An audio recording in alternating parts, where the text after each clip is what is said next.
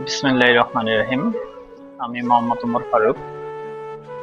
আজকে আপনাদের একটা টপিক, সেটা হচ্ছে আসলে মানুষের রূপ চেনা বা মানুষের মন বোঝা, এরকম একটা বিষয় নিয়ে কথা বলবো। সেটা হচ্ছে আসলে বর্তমান পরিস্থিতিতে আমরা যতটুকু বুঝতেছি যে আল্লাহর প্রদত্ত প্রাণীকুলের মধ্যে সবচেয়ে উত্তম জীব হচ্ছে মানুষ। এটা আমরা সকলেই জানি। আর সর্বনিকৃষ্ট হচ্ছে আমার মনে হয় মানুষই, কারণ যেহেতু তারা জাহান্নামী হবে, জাহান্নামের লাকড়ি হিসাবে মানুষকেই পোড়ানো হবে। বর্তমান পরিস্থিতিতে আমরা যে ঘটনাগুলো দেখতেছি, আসলে মানুষের চেহারা বা বেশভূষা, কথা বুঝে আসলে মানুষের মন বোঝা বা মানুষের আচরণ দেখে মানুষ কেমন হতে পারে সেটা বলা অনেক কঠিন ব্যাপার। আমরা রিসেন্টলি কিছু যদি ঘটনা দেখি, যে ময়মনসিংহে দেখলাম 30 সালে একটা ছেলে বন্ধু ফাহিমকে মেরে ওহিদুল, সে থানায় এসে আত্মসমর্পণ করে।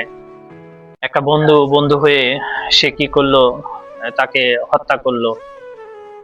আসলে আমরা এই যে ঢাকা মোহাম্মদপুরে 10 তারিখ, ডিসেম্বরের 10 তারিখে দেখলাম যে গৃহকর্ত্রী আয়েশা, যাকে কিনা 2 বছর আগে আহ, গৃহকর্ত্রী যে লায়লা আফরোজ, উনি নিয়ে আসছিল গৃহকর্মীকে, এই আয়েশাকে।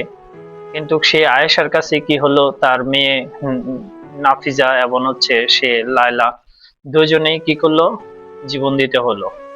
কার কাছে?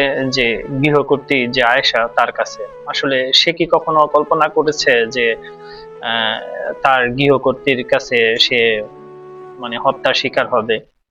যে আসলে এই ঘটনাগুলো দ্বারা আমরা দেখি যে মানুষের মন বা মানুষের রূপ, মানুষের যে চেহারা দেখে বা আচরণ দেখে, কথাবার্তা দেখে, বলে বা শুনে আসলে বোঝা বড় দায়। তাই কাছে কিংবা দূরে সকল মানুষের কাছ থেকে অবশ্যই নিজেকে সতর্ক রাখুন। কারণ হচ্ছে কখন কে আপনার শত্রু হয়ে যায়, কে আপনার বন্ধু, এটা বোঝা বড় মুশকিল। এই জন্য বন্ধুকেও বন্ধু মনে করবেন না, শত্রুকেও শত্রু মনে করবেন না। আহ শত্রুর থেকেও সতর্ক থাকুন, বন্ধুর থেকেও সতর্ক থাকুন। আপনার আশেপাশে যারাই আছে না কেন, তাদের কাছ থেকে সতর্ক থাকুন। কারণ কার ভিতরে কি ক্ষোভ পুষে আছে সেটা হয়তো আপনি জানেন না, সে জানে। এই জন্য তার কাছ থেকে অবশ্যই আপনাকে সতর্কভাবে এড়িয়ে চলা উচিত।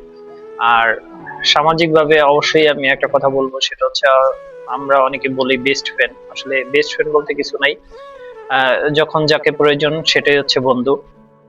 তো প্রয়োজন শেষ, বন্ধুত্ব শেষ। এই জন্য জীবনে চলার পথে অবশ্যই আশেপাশে বন্ধু বান্ধব, আত্মীয় স্বজন যারাই আছে না কেন, সকলের কাছ থেকেই নিজেকে সাবধানে রাখবেন, সতর্কতা ভাবে রাখবেন, এবং নিজে কিভাবে ভালো থাকবেন অবশ্যই সেই চিন্তাটা করবেন।